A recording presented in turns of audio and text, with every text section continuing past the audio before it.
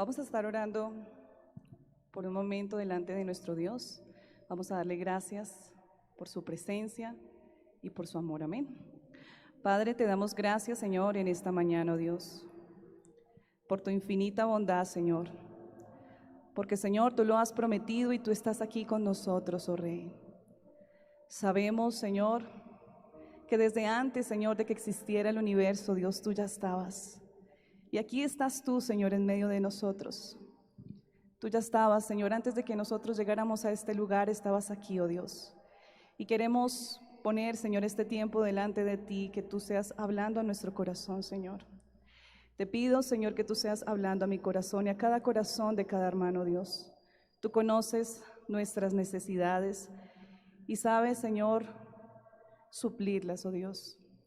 Que tu Espíritu Santo sea hablando a nuestras vidas en este tiempo, en el nombre de Jesús. Amén y amén. Bueno, hermanos, estamos viendo un tema muy importante y pienso yo que es el más importante de la palabra, y es sobre el Señor Jesucristo. Ese es el tema principal de hoy, de todo este mes, pero el tema que quiero compartirles con ustedes en este tiempo es conociendo al Señor Jesucristo. Y esta es una de las necesidades primarias, fundamentales de todo ser humano. Quiero que por favor vayamos a Juan, al Evangelio de Juan, capítulo 1, versículo del 1 al 4.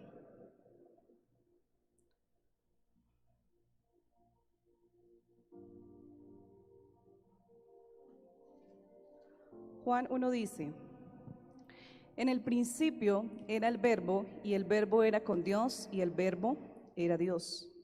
Este era en el principio con Dios. Todas las cosas por Él fueron hechas, y sin Él nada de lo que ha sido hecho fue hecho.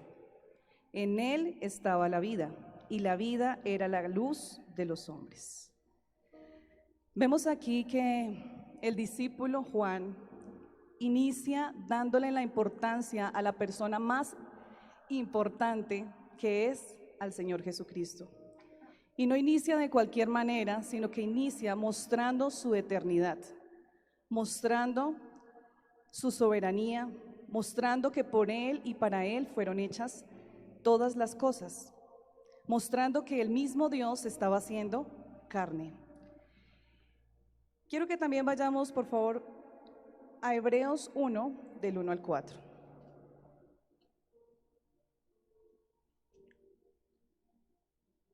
Hebreos 1, del 1 al 4. Dicen Hebreos: Dios, habiendo hablado muchas veces y de muchas maneras en otro tiempo a los padres por los profetas, en estos postreros días nos ha hablado por el Hijo, a quien constituyó heredero de todo y por quien asimismo hizo el universo, el cual, siendo el resplandor de su gloria y la imagen misma de su sustancia, y quien sustenta todas las cosas con la palabra de su poder, habiendo efectuado la purificación de nuestros pecados, por medio de sí mismo se sentó a la diestra de la majestad en las alturas, hecho tan superior a los ángeles, cuanto heredó más excelente nombre que ellos. Y esta es otra manera de cómo el Espíritu Santo revela.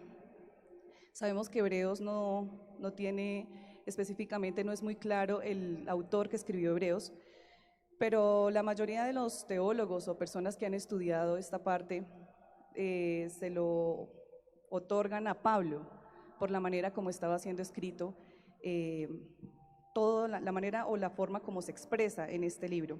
Y vemos que a la persona que el Señor le estaba revelando esto, le estaba revelando lo mismo que había sido revelado a Juan. Y es lo que el Señor quiere que nosotros conozcamos en este tiempo. Entonces, vemos que anteriormente, desde el principio y desde el momento de que Adán desobedece, ya Dios tenía un plan, ¿sí? Para Dios nunca fue una sorpresa que Adán hubiera desobedecido, hubiera pecado y que se hubiera dañado ese diseño perfecto, porque era un diseño perfecto lo que él tenía con el hombre. Sabemos que la comunicación, en el momento que Adán era perfecto, de acuerdo a la semejanza de Dios, había una comunicación que nada interrumpía con el Padre, ¿sí? Era una comunicación única. Era tanto que el Padre, Dios en su plenitud, se movía allí en el Edén y se comunicaba con Él.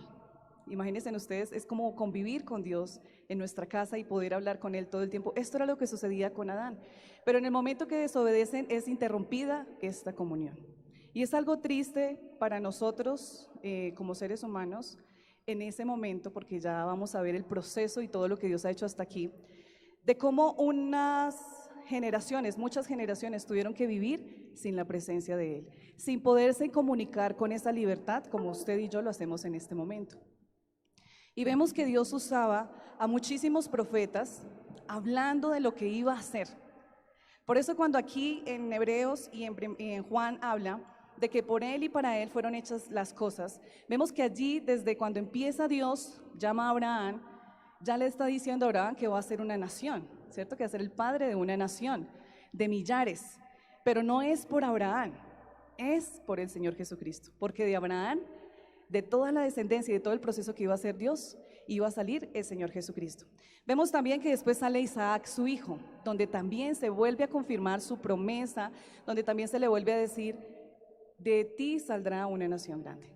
Y es allí confirmado en Jacob, en Israel, donde dice que de Judá saldrá un rey, iba a ser David. Pero de David también iba a salir una descendencia. Entonces, si nosotros nos damos cuenta y nos fijamos, todo lo que habla la palabra es por él y para él. Y llega el gran momento que todos los judíos estaban esperando. Este momento donde ellos habían sido esclavos allí, que precisamente estamos nosotros estudiando el Éxodo, y vemos que él estaba siendo, el pueblo de Israel estaba siendo oprimido por Faraón, estaba siendo esclavo por los egipcios. Y allí en ese momento sucede algo extraordinario, que Dios llama a un hombre, Moisés, y habla con Moisés. Porque vemos que, como les decía anteriormente, Dios empezó a hablar a los profetas, pero nunca fue igual. Porque nuestro Dios es poderoso, es sublime, es grande. Él nunca hace las cosas de la misma manera, Él siempre nos sorprende, nos muestra que le habló por medio de una zarza de fuego, ¿cierto? A muchos se les presentó como un sonido apacible, como un silbado apacible. A otros se les presentó en sueños, ¿sí? A muchos se les reveló en sueños, a muchos por medio de muchísimas otras, por medio de las situaciones difíciles que cada uno pasaba. Entonces vemos que allí el pueblo de Israel sale de la esclavitud usando Dios a Moisés. Y es algo, o podríamos pensar un poco a la tipología de lo que quería hacer Dios con Jesús cuando llegó a Israel, liberar de la esclavitud, pero total, a la humanidad, ¿sí? Entonces vemos que era una necesidad y que los judíos habían pasado por muchas cosas. Los judíos, que era el pueblo escogido por Dios, había sido como un canal o un medio para poder mantener viva la esperanza de que un día iba a llegar la salvación a la humanidad. Porque aún por medio de este pueblo, que era un pueblo duro de cerviz, un pueblo que era quizás muchas veces desobediente, se alejaba totalmente de Dios, aún en toda su dureza, Dios seguía mostrando y prometiendo su amor, que iba a enviar a un Mesías. Y entonces vemos que en este tiempo, donde ya va a suceder esto tan maravilloso que es que el Hijo de Dios se convierte en carne, que Dios mismo se despoja de su trono y viene y se incorpora prácticamente en un cuerpo humano, y que su nombre es Jesús. Vemos que a la mayoría de los profetas no se les había revelado totalmente lo que iba a suceder. Ya teníamos una profecía, una palabra donde se nos decía que venía un Salvador. Y cuando yo estudiaba a qué se refería sobre el Mesías, se refería a que es una persona que trae la solución a todos los problemas que tenemos nosotros como seres humanos. Y eso era lo que esperaba el pueblo de Israel. Me parecía muy curioso, si ustedes pueden ver, antes de empezar los evangelios, en Malaquías, cuando Dios habla al profeta Malaquías, fue más o menos 400 años antes de que el Señor Jesucristo viniera a la tierra. Y allí en Malaquías, quiero que por favor me acompañen a Malaquías capítulo 3, versículo 1.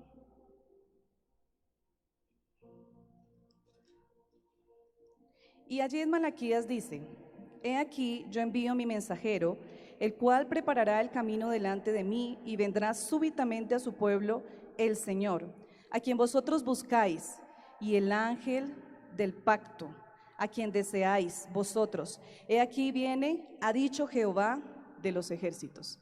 El pacto que había en la ley era un pacto diferente al pacto que iba a traer Jesús. ¿Por qué? Porque a pesar de que existía un pacto entre Dios y la humanidad, no estaba completo. Había una barrera entre el hombre y el Padre. No había una comunicación total. Sencillamente Él venía y se presentaba a sus profetas y era la manera como Él se acercaba a la humanidad. Entonces no había sido completada, pero aquí por medio de Malaquías se estaba manifestando de que Dios iba a enviar a un mensajero, ¿cierto? Y este mensajero iba a preparar el camino delante del Señor Jesucristo. Y aquí se está refiriendo específicamente a Juan. Y es curioso ver que en esta parte de Malaquías tienen que pasar 4 siglos, 400 años, donde Dios no habló a su pueblo. Pero era el silencio de Dios antes de presentarse lo esperado y planeado por la eternidad, que era que el Señor Jesucristo viniera por nosotros, a salvarnos. Y también allí en Isaías, no solamente a Malaquías, sino podemos ver que en la palabra nos enseña de que Dios muchas veces manifestó lo que iba a hacer con el Señor Jesucristo, que iba a enviar a ese Mesías. Y quiero que por favor vayamos a Isaías 40, versículo del 3 al 5.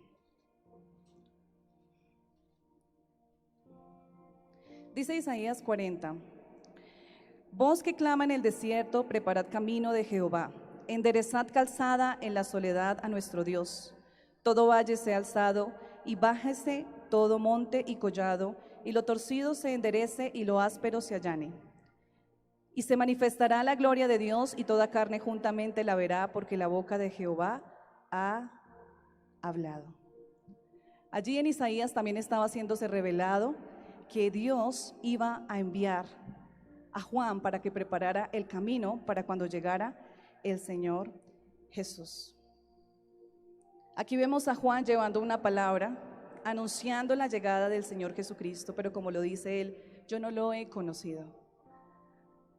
Juan estaba allí y la palabra nos describe precisamente, vamos a Marcos, donde Marcos nos revela el proceso que hizo Juan, lo que hizo Juan. Bueno, los otros evangelios también están, pero me quise guiar aquí en lo que dice Marcos, capítulo 1, del 9, mentiras, el capítulo 3, versículo 3. Capítulo 1, versículo 3 dice: Voz del que clama en el desierto, preparad el camino del Señor, enderezad sus sendas. Y dice que Juan bautizaba a Juan en el desierto y predicaba el bautismo de arrepentimiento para perdón de pecados. Y vemos algo impresionante que empezó a suceder. Ustedes se pueden imaginar el silencio de Dios por generaciones y generaciones, y saber que esa generación le tenía que decir a su próxima generación que hacía mucho tiempo que Dios no hablaba, porque el pueblo de Israel estaba acostumbrado a escuchar una palabra a través de los profetas, y saber que ahora un profeta era levantado y era Juan el Bautista. Y dice que la gente salía de toda provincia, había una necesidad tan grande, porque si ustedes saben, en ese tiempo Israel estaba siendo sometida bajo el imperio romano. Israel había sido sometida bajo el imperio también babilónico, ¿sí? Había sido exiliado, y ahora él había podido regresar a su país, pero no libremente, porque otra vez estaban siendo oprimidos por los romanos. Y la historia cuenta que no era fácil para los judíos. ¿Por qué? Porque la opresión era muy fuerte, los romanos eran muy duros, ellos tenían que someterse a sus leyes, a sus normas. Entonces era un pueblo que no había escuchado la voz de Dios por mucho tiempo, que sencillamente se amparaban bajo la ley, bajo la Torá, bajo lo que sus padres les habían enseñado, pero que ahora venía un hombre con un mensaje diferente. Un hombre que particularmente en Marcos se describe cómo se vestía Juan. Me llamaba la atención esto, que decía que Juan era un hombre no muy común, ¿sí?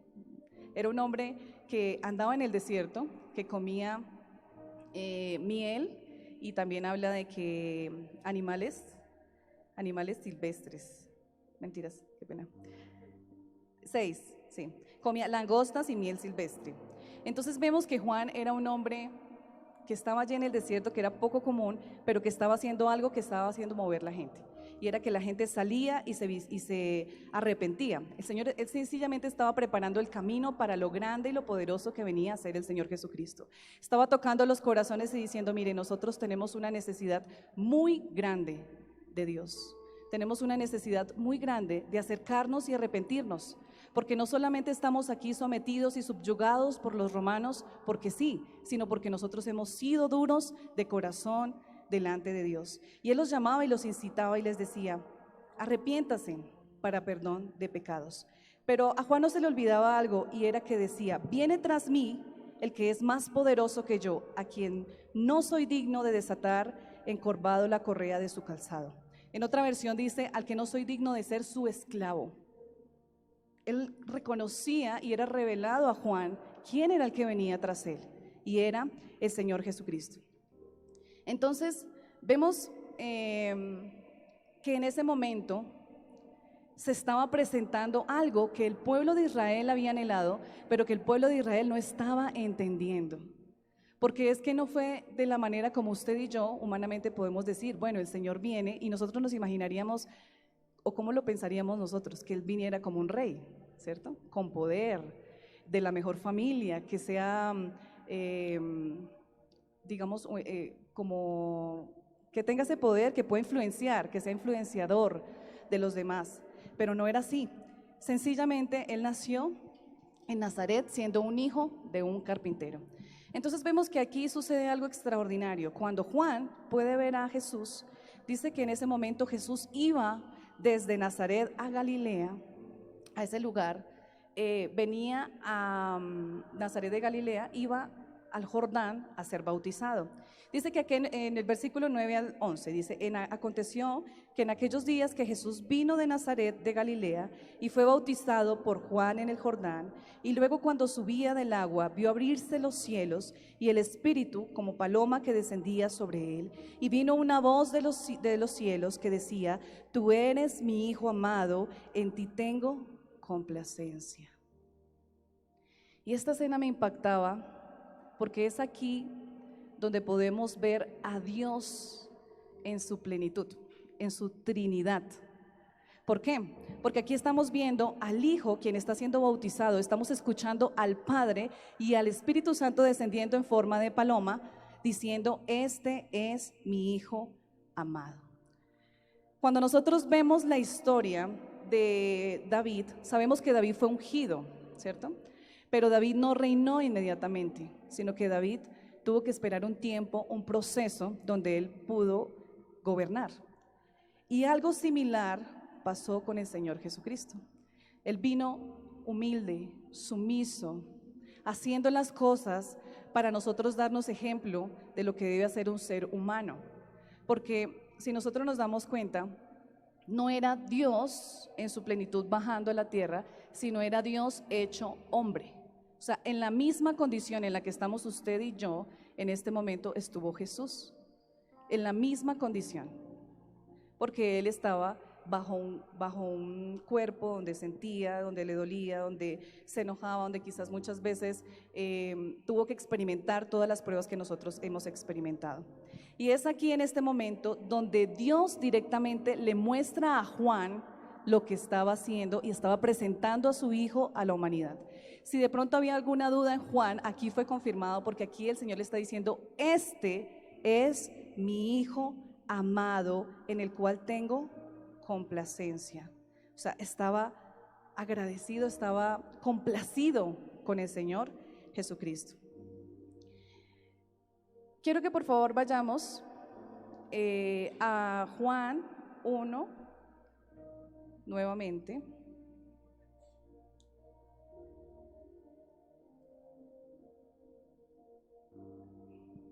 Uno del 1 al 4.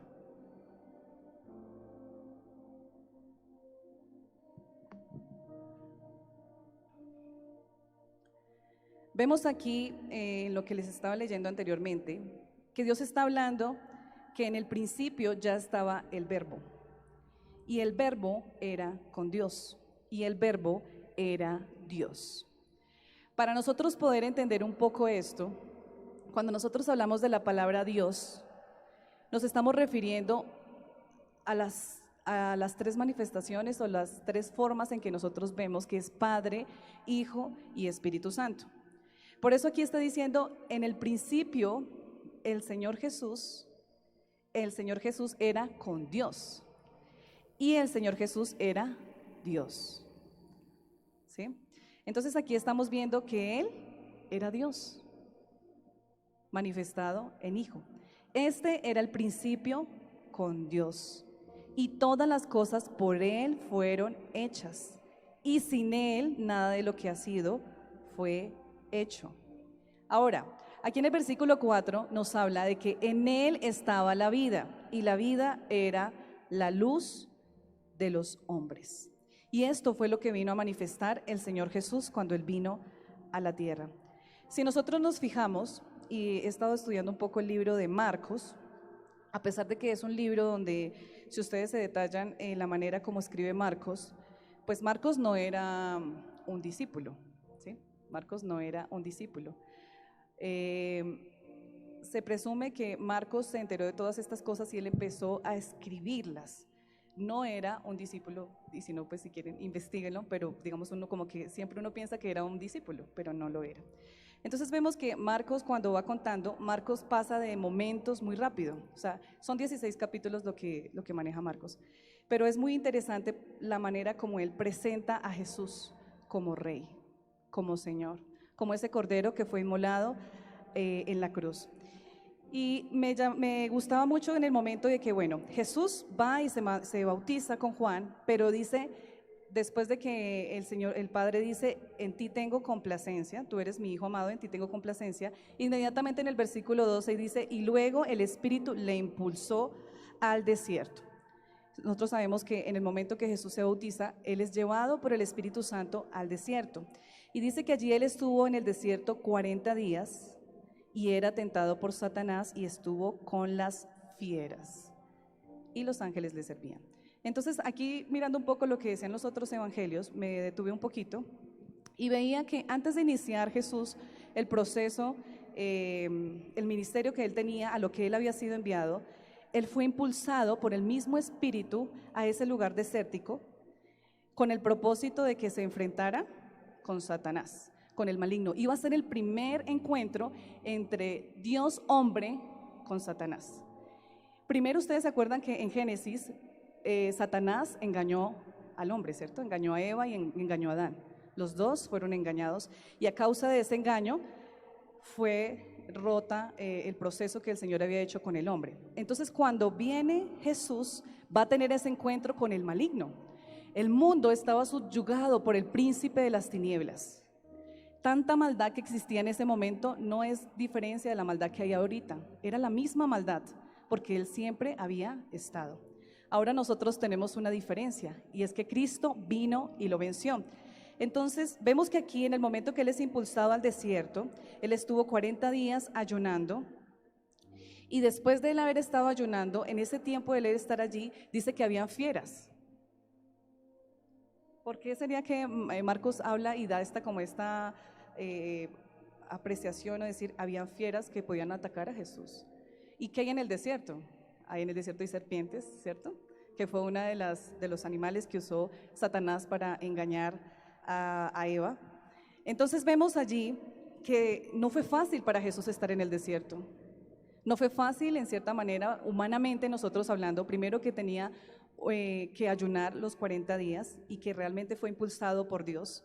No fue impulsado por su carne o quizás por lo que él pensaba, sino fue impulsado por el Espíritu Santo, y era allí donde Dios iba a hacer algo muy grande en Jesús. Y después de él estar allí en ese tiempo, me imagino que después de uno estar 40 días, o sea, lo voy a hablar humanamente, en necesidad de hambre, uno físicamente tiene que estar débil, ¿cierto? Débil porque no ha comido, no ha bebido agua. Pero sabemos que estaba sucediendo algo sobrenatural allí, había algo espiritual más poderoso. Y en el momento dice Satanás, voy a aprovechar porque Satanás reconocía quién era Jesús. Lo vamos a ver más adelante. Los demonios reconocían quién era Jesús. Y vemos que allí en ese momento cuando él está tentando a Jesús, es descarado porque se atreve a tentar a Dios mismo. Y yo creo que Satanás diría, es el momento de tentarlo a él porque tiene necesidad humana, ¿cierto? Esa necesidad de alimentarse, y es allí donde le dice, usa tus poderes y convierte entonces las piedras en pan, y sabemos que allí es donde inicia una batalla entre Satanás y entre Dios y Satanás, y es allí donde donde el mismo Señor Jesucristo derrota a Satanás. ¿Por qué? Porque sobrepasó esta tentación. Después de él haber vencido a Satanás, dice que los ángeles le servían.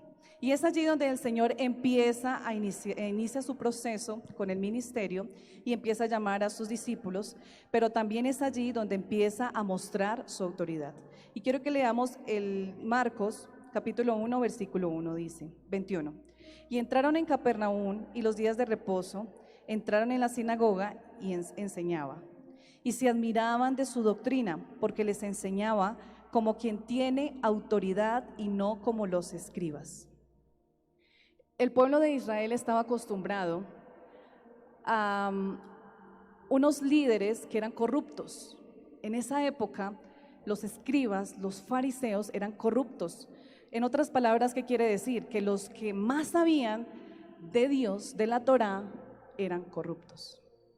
Y de esta misma manera, su autoridad no reflejaba realmente lo que tenía que reflejar frente a ellos.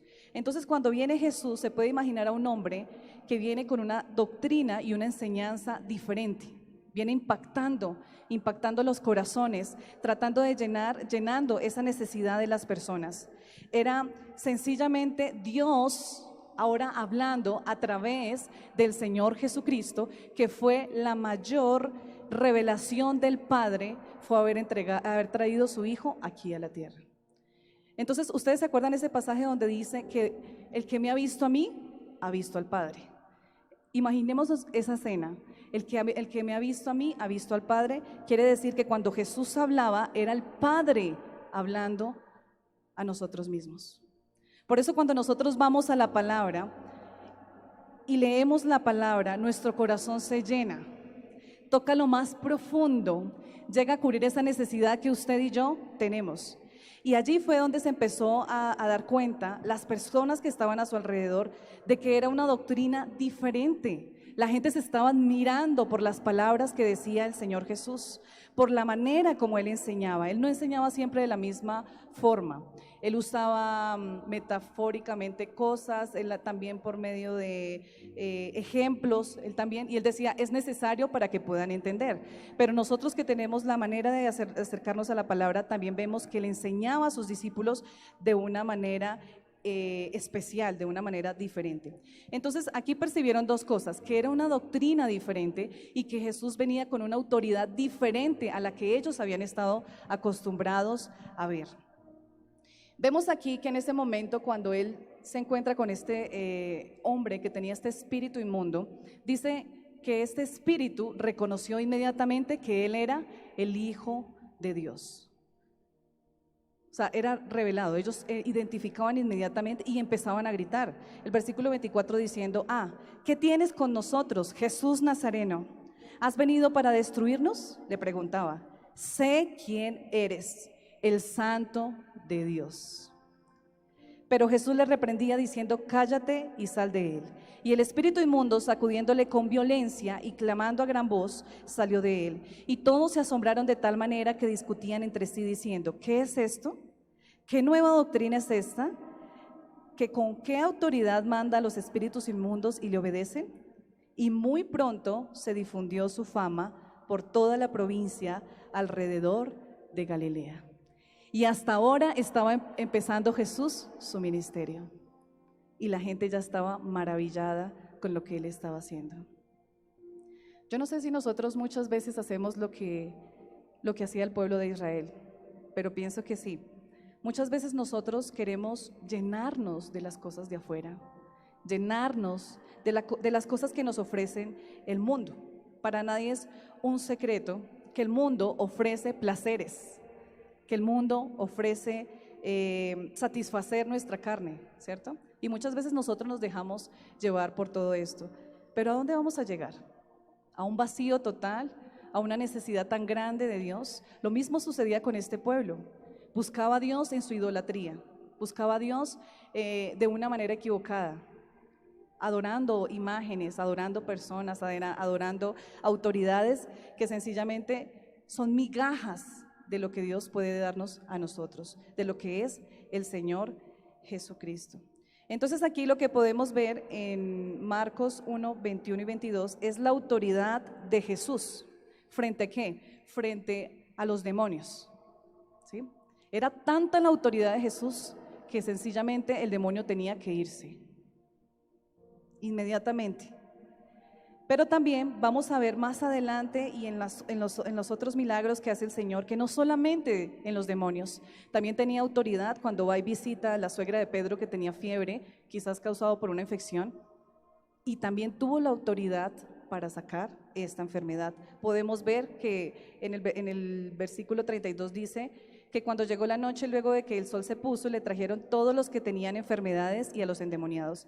Y toda la ciudad se agolpó a la puerta y sanó a muchos de los enfermos de diversas enfermedades y echó fuera muchos demonios y no dejaban hablar a los demonios porque no le conocían. Allí el Señor empezó a mostrar una autoridad y no era una autoridad delegada por los sacerdotes, no era una autoridad delegada por los escribas, era una autoridad delegada por Dios. Cuando le dijo, este es mi Hijo amado. No sé, hermanos, cuando a usted se le pregunta, o si usted se puede hacer esta pregunta, ¿para usted quién es Jesús? ¿Para usted quién es el Mesías? Porque nosotros muchas veces no alcanzamos a conocer, a entender realmente quién es Cristo. Y por eso nosotros vivimos de cualquier manera. Por eso muchas veces actuamos de cualquier manera. Pero como dice el tema, conociendo al Señor Jesucristo. Y el Señor me hablaba y me decía, era como, ¿cuánto te has perdido por no conocerme? Por no conocer lo que yo soy, lo que yo vine a revelar en la palabra, porque esta es la manera como nosotros podemos conocerlo. La necesidad que nosotros tenemos de adorar, no solamente nosotros, sino las comunidades, si ustedes se dan cuenta, los grupos técnicos, los grupos indígenas, sin importar idioma, sin importar raza, sin importar género, todos tenemos una necesidad muy grande de lo eterno. Y quiero que vayamos, por favor, a Eclesiastés 3:11, que es allí donde Dios nos dice que fuimos creados con esa necesidad eterna. Eclesiastés 3:11.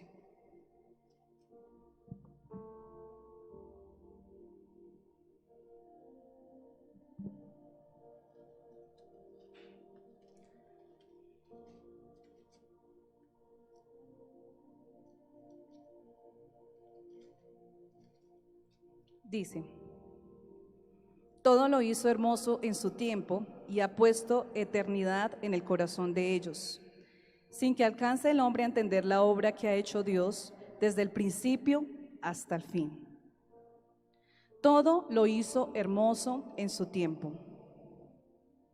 Todo lo que nosotros vemos a nuestro alrededor, como ha sido diseñado el mundo, la creación, como ha sido creado el hombre, todo es perfecto. No puede existir detrás de todo lo que nosotros vemos a nuestro alrededor un creador. O sea, como muchas veces los ateos lo dicen. Pero nosotros vemos que el Señor, en medio de todo lo que hizo, dice que ha puesto eternidad en el corazón de ellos. Por esa razón usted está aquí en esta mañana. Por esa necesidad que usted tiene de Dios. Porque aquí está diciendo que Dios a usted lo creó con una necesidad que solamente puede llenarlo Él. Y esa necesidad solamente la puede llenar Cristo. Dios abrió el camino, descendió del cielo, se hizo hombre para mostrarnos a nosotros la verdad. Y quiero que vayamos a Juan 14:6. Ese versículo no lo sabemos, yo creo que la mayoría. Juan 14:6. Dice, Jesús le dijo, yo soy el camino y la verdad y la vida, y nadie viene al Padre sino por mí. Esa necesidad que nosotros vemos, que fuimos diseñados desde el principio, solamente puede ser llenado por medio de Cristo.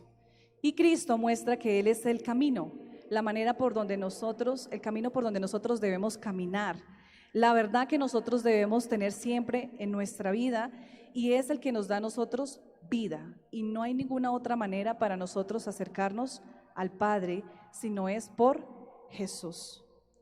El Señor Jesucristo es la mayor revelación de Dios, mostrándonos que en Él está la vida eterna. Quiero que vayamos a Juan 17:3.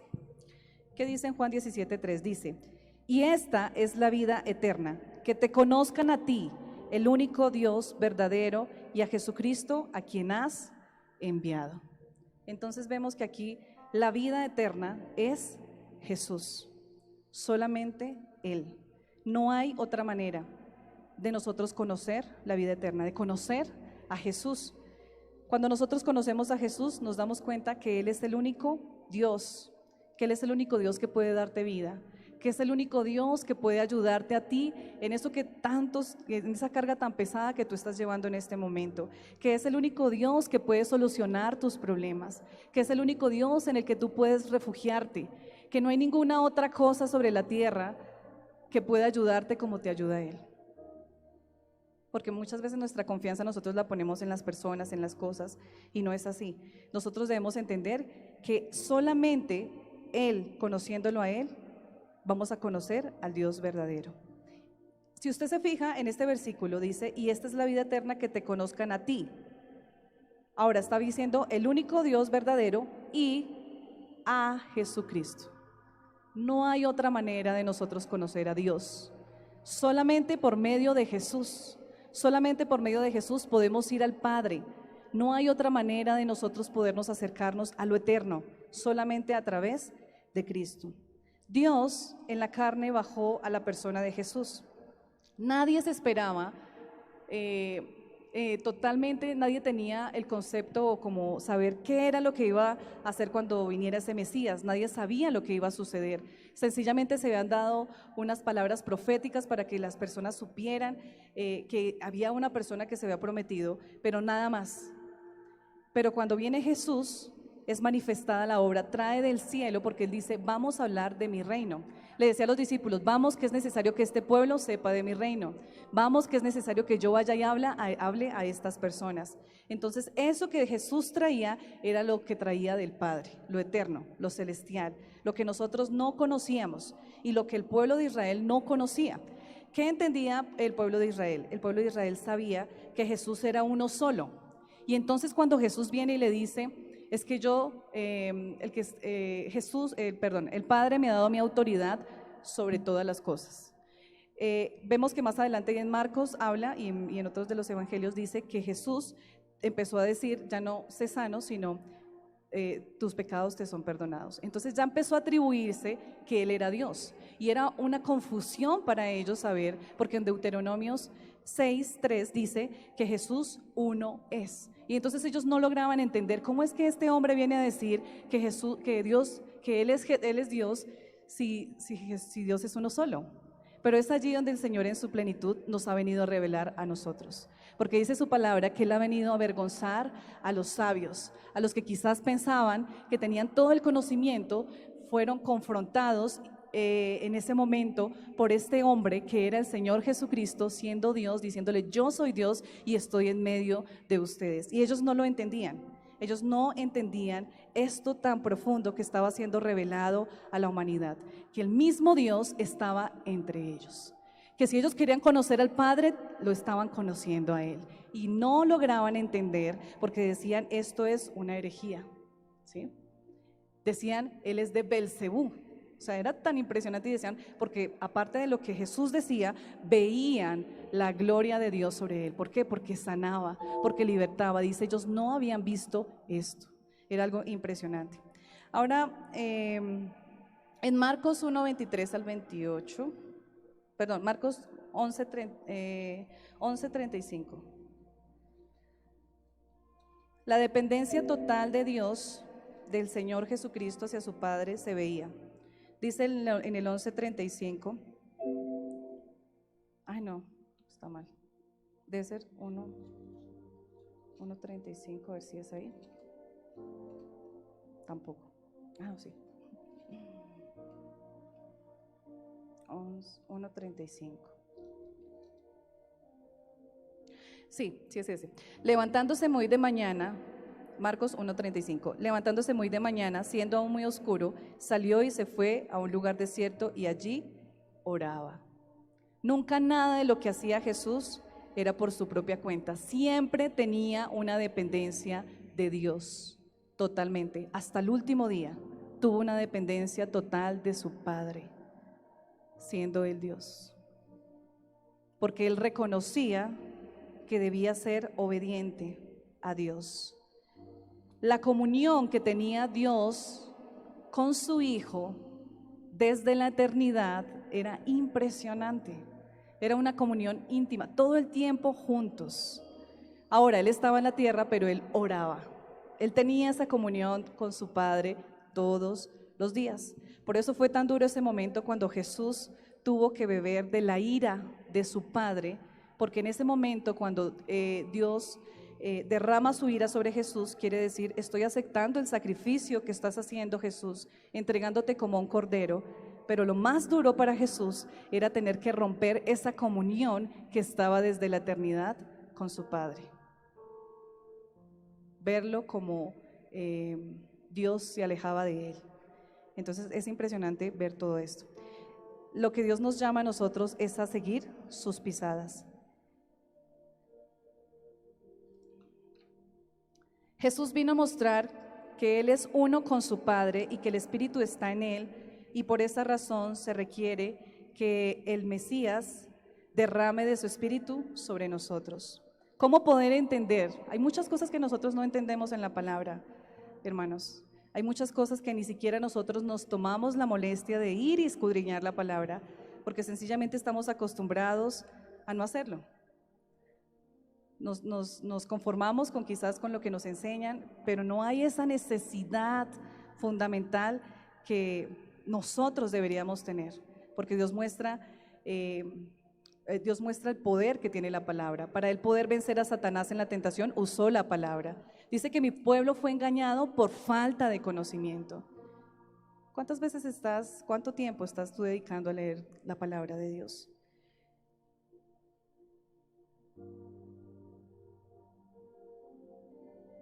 Dice en Juan 5:39, escudriñad las Escrituras porque a vosotros os parece que en ellas tenéis la vida eterna y ellas son las que dan testimonio de mí.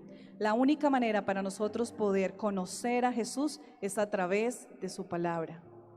Es poder escuchar eso que el Señor, que el Padre nos habló a nosotros a través de su Hijo. Vamos a Juan 14:1 para ya ir finalizando. En Juan 14:1 dice, no se turbe vuestro corazón. Y es allí donde Jesús estaba anunciando de que se iba a ir. Y empezó a dar como unas, como cuando uno va a hacerlo y deja como, bueno, hagan esto, ¿cómo se llama eso? ¿Reglas? No. ¿Cómo? Instrucciones, esa es la palabra. Empezó a decir unas instrucciones. Y entonces aquí dice, no se turbe vuestro corazón. Creéis en Dios, creed también en mí. Aquí está mostrando Dios, crean en Dios. Sigan creyendo en Dios, pero también crean en Jesucristo, que es lo que el Señor vino a revelar en ese momento. Ahora él dice, en la casa de mi Padre muchas moradas hay. Y si así no fuera, yo os lo hubiera dicho, voy pues a preparar lugar para vosotros.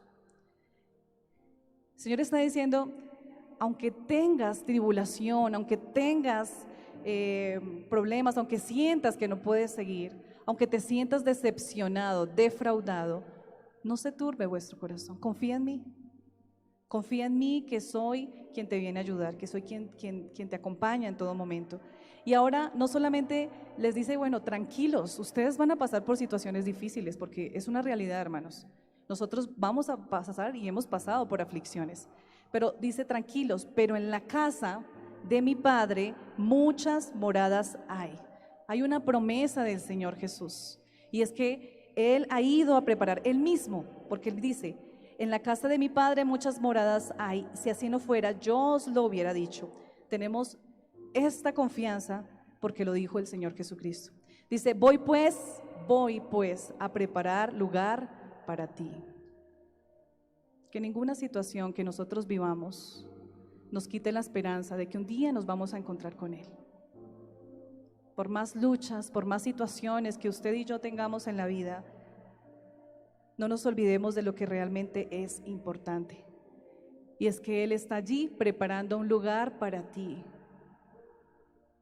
El tiempo pasa muy rápido, nuestra vida pasa muy rápido, pero va a llegar ese día que lo anhelo con mi corazón, con todo mi corazón.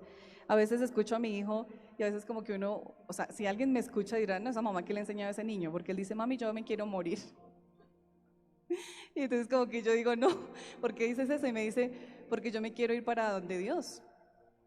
Aún en medio de su inocencia, su espíritu anhela eso. Y yo sé que el espíritu de ustedes también anhela eso. Uno dice, no, pero ¿quién se va a querer morir? Pero no sabemos lo que nos espera ya, hermanos. Lo que el Señor vino a mostrarnos fue algo, una muestra de lo que hay allí, de lo que es llenarnos de Él, de su conocimiento, de su plenitud. El Señor vino y se hizo carne para poder mostrarnos a nosotros Él mismo, sentarse en medio de la multitud y decirles, miren, yo soy el camino, yo soy la verdad y nadie va al Padre si no es por Él. Para sentarse ahí en medio de la multitud y hablarles del amor del Padre. Hablarnos de que porque de tal manera amó Dios al mundo que ha dado su Hijo unigénito para que todo aquel que en Él crea no se pierda, mas tenga vida eterna. Esto lo dijo Jesús, Él mismo con sus palabras. Sentarse ahí en medio de la multitud y ver, dolerle su corazón cuando la gente no estaba siendo pastoreada. Pasar por las calles y ver que había gente con necesidad, gente que estaba cargando con la esclavitud del pecado, endemoniados, gente enferma por causa de su pecado, pero también muchos enfermos para que Él fuera glorificado. Y Él en su misericordia, yo me imagino los días de Jesús, Él allí sanando, colocando las manos sobre Él, diciéndole, ve en paz y háblale a los tuyos. Mostrándoles un poco de lo que es Él, de lo eterno, de lo que realmente debe llenar nuestras vidas. Jesús es el nuevo Adán, el nuevo Rey de Israel. Él es el primer hombre que derrota a Satanás en su totalidad. Satanás ya fue vencido en la cruz. Y eso es algo que nosotros debemos entender. Mayor es el que está en mí que el que está en el mundo. Mayor es Dios, mayor es el Señor Jesucristo, que ha sido sentado a la diestra de Dios Padre y es el que le da la autoridad a usted para orar por los enfermos, es el que le da la autoridad a usted para usted poder ir y hablar la palabra de Dios.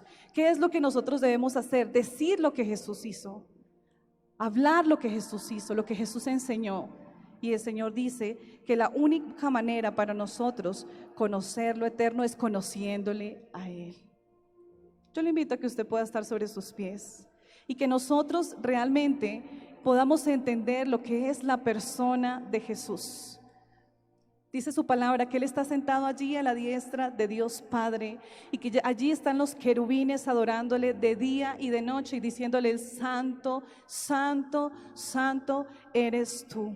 Santo, santo eres tú. Y cierre sus ojos ahí donde usted está y empiece a hablar allí con el Señor Jesús. Yo no sé usted de qué manera lo ha conocido o de qué manera ha sido Jesús revelado a su vida, pero muchas veces nosotros humanamente somos los que presentamos mal a Jesús. ¿Quién es Jesús realmente? Jesús es el camino, la verdad y la vida. Y nadie va al Padre si no es por Él. Cierre ahí sus ojos y empiece a hablar con Él.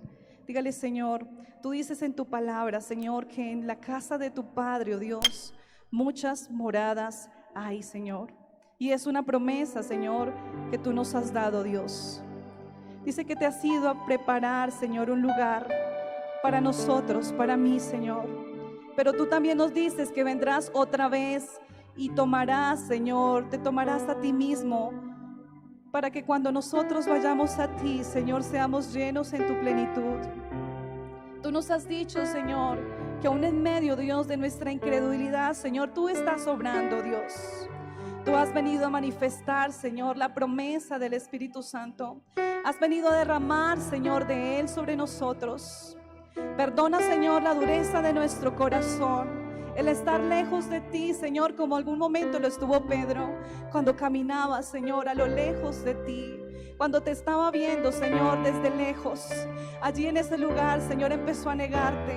Allí en ese lugar, Señor, empezó a decir palabras, Señor, que te ofendían, oh Dios. Pero tú, Señor, aún en tu misericordia lo perdonaste. Y muchas veces, Señor, nosotros andamos lejos de ti, oh Dios. Muchas veces, Señor, nosotros andamos lejos de tu presencia, sin entender, Señor, que lo eterno solamente lo llenas tú, oh Dios. Levante su voz y empieza a orar allí delante de Él. El Señor está aquí en esta mañana porque Él se ha revelado a nuestro corazón. El Señor se ha revelado. Solamente a través de Él nosotros somos salvos. Por Él y para Él fueron hechas todas las cosas. Esto fue revelado a su pueblo, a su nación, pero también ha sido revelado a nosotros por su infinito amor. Levante sus manos ahí donde usted está y dele gracias a Dios porque puede conocer al Señor Jesús, porque puedes conocerlo. Dile: Señor, gracias. Si no te he conocido más, Señor, es porque no he querido escudriñar las Escrituras, oh Dios. Pero hoy vengo delante de ti, Señor, a pedirte perdón, porque muchas veces, Señor, te he fallado, porque muchas veces, Señor, no he entendido, Dios. No he entendido, Jesús, el propósito que tú has venido, Señor, con el propósito que tú has venido a transformar mi vida, oh Dios. Porque en ti, Señor, nos somos completos, oh Dios. Porque en ti, Padre, somos renovados. Porque solamente tú eres el camino, Dios. Solamente tú eres la vida. Solamente tú eres la verdad, Señor. Si me conocieseis, también a mi Padre conoceréis. Y desde ahora le conocéis y le habéis visto. Y nosotros, Señor, te conocemos. Aquí estamos delante de ti, oh Dios. Aquí estamos, Señor, orando delante de tu presencia, oh Rey. Aquí estamos, Señor. Mira cada necesidad, Dios. Anhelamos ese día, Señor, donde nos presentaremos delante de ti, donde tú dirás: aquí estás, mi amado. Donde llegaremos a esa morada, Señor, que tú nos has llamado. Te anhelamos, Jesús. Eres la persona más importante, Señor, para mí. Eres la persona más importante, Señor, para nosotros. Por eso estamos aquí, oh Dios. Por eso estamos aquí, oh Dios. Para que tu Espíritu Santo, Señor, derrame de tu presencia sobre nosotros. Para que tu Espíritu Santo, Señor, sea llenando, Dios, nuestros corazones, Señor, insaciables. Nuestra vida, Señor, insaciable, oh Rey. Aquí estamos, Señor. Queremos conocerte, Señor. Anhelamos conocerte, mi Dios. Aleluya, Dios. Aleluya, Dios. Señor, te adoramos a ti, oh Dios.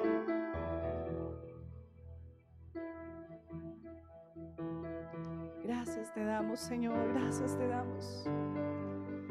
Ay, adórale. Vamos a tomarnos 5 minuticos para adorar su presencia, porque Él está aquí. Señor, estamos agradecidos.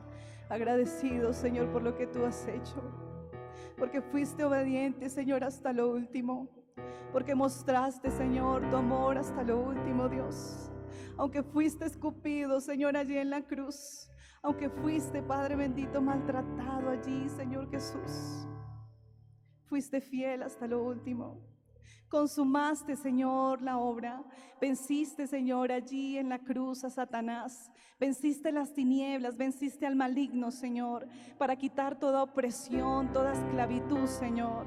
Gracias te damos, oh Rey, gracias te damos, Señor. Te adoramos, oh Jesús. Te adoramos, oh Dios. Te adoramos, Señor. Eres digno, Señor.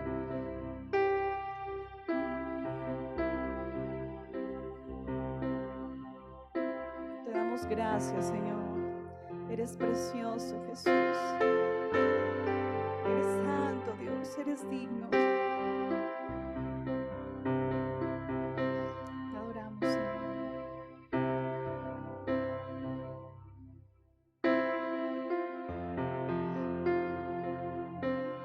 Te damos gracias, Señor. Eres maravilloso, Dios. Eres digno. Sigue allí orando.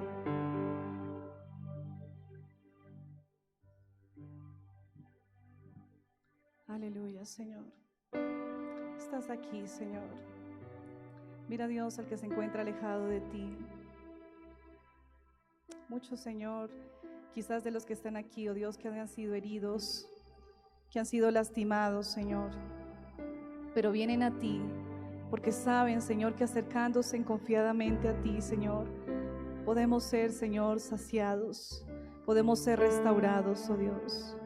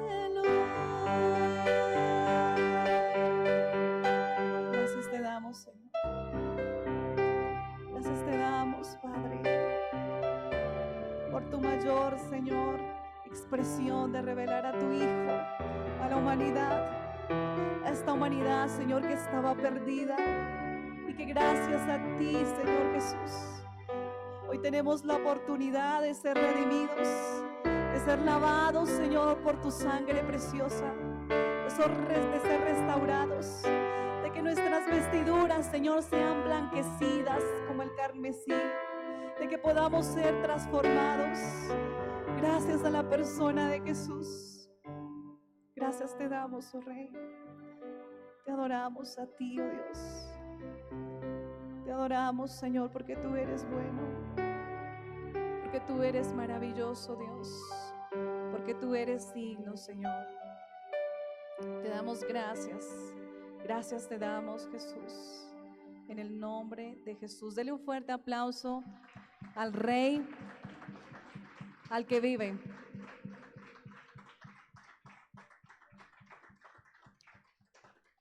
Aleluya. Dios les continúe bendiciendo, hermanos.